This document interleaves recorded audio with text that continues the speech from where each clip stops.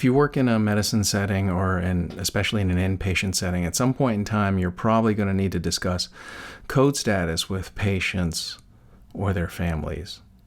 And I think a lot of people have heard the term full code, DNR, that sort of thing, but a lot of times people aren't exactly clear on what code status means. So all of us as healthcare workers know what it means. And of course, I think everyone has heard about the term, but especially where I work in an inpatient setting, a lot of my patients are older, and if they were to code, the outcome is not what people imagine when they think about full code. I also happen to volunteer as an EMT, and I've been an ambulance driver for many years, and so I've done CPR a lot of times in the field. We as healthcare workers know oftentimes kind of how futile it is, but lay people typically don't. And so the way I like to approach the code discussion is with the language itself. I found that a lot of families think your code status means, do you even treat the patient?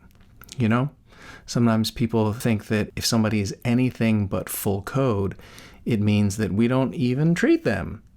We just let them die.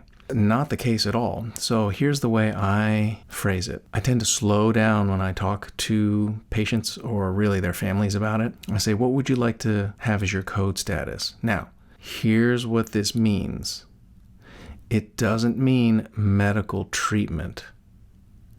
If there is some kind of disease state and there's a treatment for it, we treat. And I also say it's not life support. So I think most people would agree they don't want to be kept alive or in a vegetative state if there's no meaningful chance of recovery. I think everybody agrees on that. And so I say, it's not about saving your life.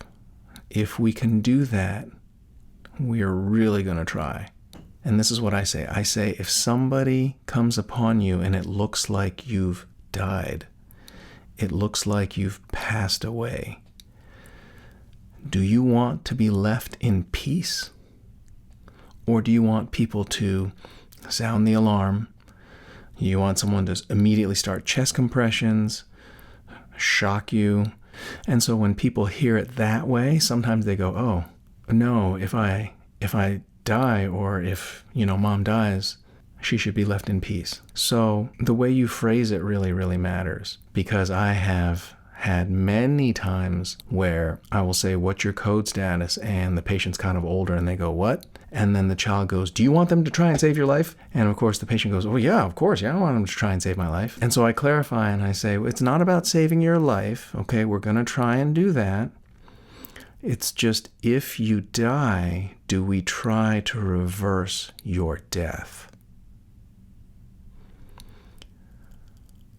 And when you phrase it like that, I have found that sometimes people go, oh, is that what that means? Then no, I don't want anything aggressive. And I will say that some would call that heroic measures. And if I see everyone kind of looking at each other and like they're not sure, I will say, I've seen CPR done many, many, many times, and it's not quite like what you see in the movies. The movies would have you believe that somebody flatlines, and then somebody pushes on their chest a few times, and then they shock them once, and then the person wakes back up and says, hey, what's going on? And that doesn't tend to happen. Many times we've gotten people's hearts started again. We call it ROSC. But out of the times that we've succeeded in starting a heart, how many times after that does somebody meaningfully recover, like they regain consciousness, they leave the hospital? That is really not common. But if somebody has a lot of chronic medical issues, they may be above, age like 70 something. And if there's something that serious enough to stop their heart, we might be able to get it started again. But most of the time, the patient doesn't really regain consciousness. And then their heart ends up stopping for good, either within a day or two, or maybe a couple days later. And then all during that time, that person is still kind of unconscious and not meaningfully interacting.